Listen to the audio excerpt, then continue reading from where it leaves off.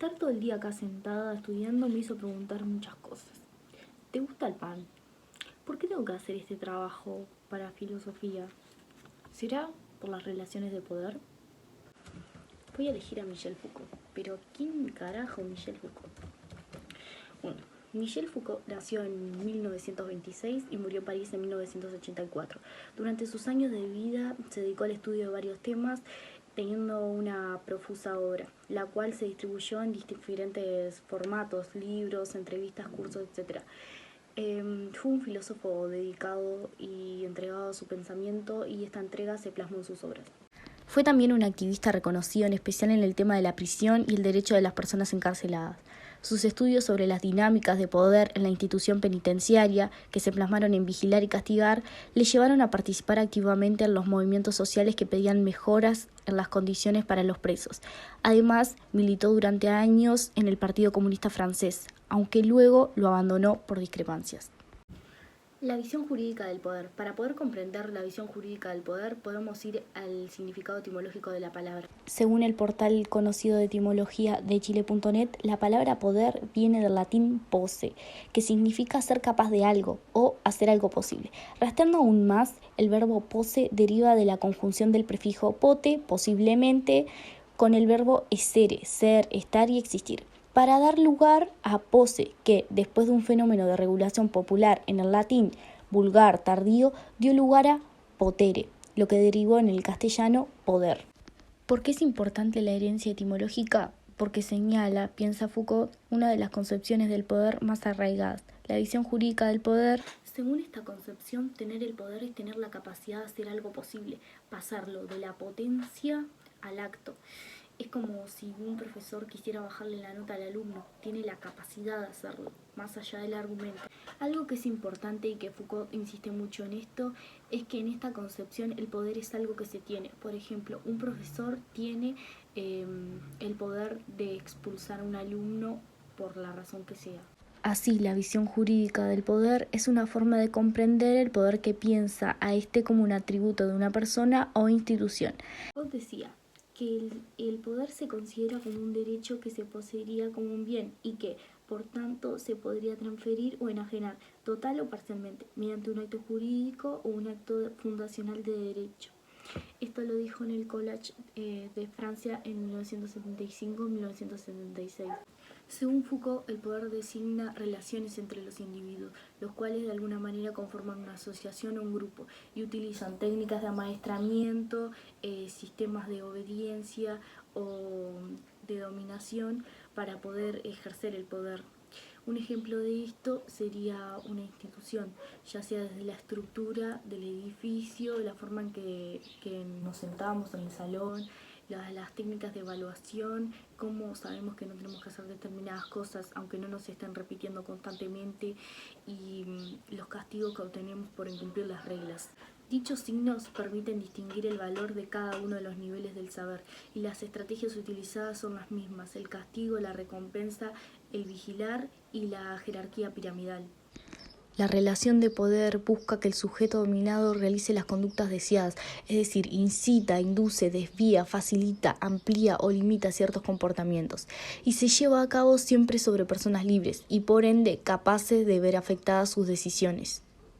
También exige una diferenciación jerárquica entre los miembros del grupo. Es a esto que nos referimos con jerarquía piramidal. Desde un enfoque diferente podemos hablar de otra arista de gran importancia: el poder encubierto. Efectivamente, una de las mejores formas de ejercer el poder es ejercerlo sin que la persona afectada sea consciente de ello. Por ejemplo, un amigo que invita al resto para luego, cuando diga el lugar donde se quiere juntar, su opinión pese más que las otras, ya que tuvo la iniciativa de invitarlos. O en una relación, uno de los dos deje ver los pretendientes que tiene para ponérselos al otro y como que tenga miedo de perderlo. Un ejemplo muy claro de poseer el poder lo hace ver la película El Señor de los Anillos, el cual demuestra los efectos que tiene quien lo posee. Desde una mirada filosófica e histórica, ahora se hace necesario, en pos de un avance significativo en torno a lo que el filósofo francés entiende por cuerpo y su relación con la disciplina, entender el significado de ambos términos. La disciplina aumenta las fuerzas del cuerpo en términos económicos de utilidad y disminuye esas mismas fuerzas en términos políticos de obediencia. En una palabra, disocia el poder del cuerpo de una parte, hace de este poder una aptitud, una capacidad que trata de aumentar y cambia por otra parte la energía, la potencia que de ello podría resultar y la convierte en una relación de sujeción estricta económica, separa la fuerza y el producto de trabajo. Digamos que la coerción disciplinaria establece en el cuerpo el vínculo de coacción entre una aptitud aumentada y una dominación acrecentada, es decir, te convertís en una máquina para producir. Se infiere que el cuerpo, en la medida que es disciplinado, aumenta la producción exigida, además aumenta su capacidad útil y disminuye su autodeterminación, pues delega la fuerza de su cuerpo a la voluntad de otro. De esta manera el sujeto se cosifica, ya que al perder su capacidad de independencia, el cuerpo no puede emanciparse. Cuando se disciplina el cuerpo, el alma se hunde en las condiciones sistemáticas reiterativas de un proceso que aniquila la voluntad individual, y el cuerpo recibe indicaciones para convertirse en un hombre-máquina. Cabe mencionar que Foucault prioriza el proceso por el fin, porque lo que pretende el autor es develar los mecanismos ocultos por las relaciones humanas. Vicky, tenés que ir a lavar los platos. ¿Por qué te voy a hacer caso? Relaciones de poder. ¿Relaciones de poder? ¿Qué es eso? ¿Nunca leíste a Foucault?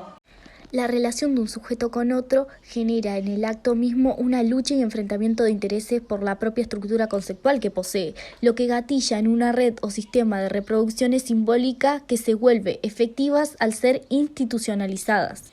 Se puede entender de esta manera, según lo que dice Foucault, que los seres humanos en sus relaciones generan sociedad, y el cuerpo disciplinado no es más que el resultado de esas relaciones, donde hay una lucha constante en el diálogo que es delimitado posteriormente por las instituciones, donde se suprime el debate y la institución ya dice el qué hacer del individuo. Es acá donde entra la idea de la ideología, ya que la ideología es un conjunto de ideas, ya sea de una institución, un grupo de individuos o un solo individuo.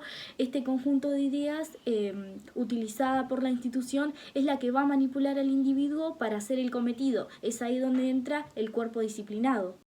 El poder no es una institución y no es una estructura, no es cierta potencia de la que algunos estarían dotados, es el nombre que se presta a una situación estratégica compleja en una sociedad dada. Para Foucault, el poder no es dado, no es innato y no es específico de alguien, tampoco es una red o sistema rígido, sino que está presente en todos los seres humanos y se hace patente en las relaciones. Con esto hablamos de la movilidad. Por ejemplo, vos, Camila, siendo profesora, tenés el poder sobre los alumnos, pero el director tiene el poder sobre vos. O si vas al médico, el médico tiene el poder sobre vos. De esto hablamos con jerarquía piramidal. Pero se debe recalcar lo que mencioné anteriormente, y es que no es lo mismo el poder que el poder. Recordemos que por poder no quiere decir el poder como un conjunto de instituciones y aparato que garantiza la sujeción de los ciudadanos en un estado determinado. El poder hace alusión a la concepción aún moderna, en tanto entendido como poder centralizado y concentrado en las instituciones. El poder es, en cambio, el despliegue de relaciones, pues en toda relación se materializa una relación de poder. No están las instituciones, están las relaciones. El poder al que hace referencia Foucault está presente en diversas acciones mediatizadas en la mayoría de las veces por instituciones que no valoramos a la medida necesaria. Esto se expresa cuando analizamos la labor de la economía en nuestras vidas. Realizamos trabajo y labor sin saber el porqué y para qué de esto. Si reflexionamos a fondo la labor que realizamos, llegamos a la siguiente conclusión: que el porqué deviene de la disciplina oculta en nuestras relaciones. Si la explotación económica separa la fuerza y el producto del trabajo, digamos que la coerción disciplinaria establece en el cuerpo el vínculo de coacción entre la aptitud aumentada y una dominación acrecentada. Siguiendo una lógica de relaciones causales, podríamos decir que la fuerza es equivalente a la aptitud aumentada o de mejor capacitación para un fin u objetivo, y el producto del trabajo es equivalente a una dominación acrecentada, es decir, al ver un buen trabajo, el sujeto asume que es bueno en lo que hace y se siente parte de un proceso productivo. La mediación del poder lo que permite es que el sujeto se someta a procedimientos que potencien su habilidad laboral, siendo cada vez mejor. Él, al ver el resultado, se va a sentir parte del proceso. No va a cuestionar su desempeño laboral ni tampoco va a analizar la plusvalía, que es ganancia para el dueño. En este sentido, la explotación económica que menciona Foucault deja entrever que lo que pretende el autor en sus dimensiones de análisis es apreciar que el sujeto, en la medida que se encuentre arraigado a un modelo de producción que esté sustentado en instituciones, sean estas empresas comerciales o el mismo Estado, el sujeto pierde su independencia y delega su poder, muchas veces sin entender la conciencia del juego, cuerpo, disciplina presente en las instituciones. Pero para Foucault, ¿se puede vivir en un sistema sin el poder? Es decir, ¿es lo mismo estar dominados que estar bajo el poder y podemos vivir afuera de este? La respuesta, desde mi punto de vista, es no, y esto por varios motivos. En primer lugar, porque como explica Foucault, las relaciones de poder no son iguales a las relaciones de dominación. Las relaciones de poder necesitan para existir dos sujetos libres, porque son relaciones que no determinan, sino que influyen, modifican. Es constitutivo a las relaciones de poder la posibilidad de ir a un lado o ir al lado contrario. Aunque esa libertad se ve limitada por la manipulación y la promoción de ideas por parte de las instituciones, dependiendo de tu estado o tu condición, te va a influir de una manera u otra, principalmente si es económica.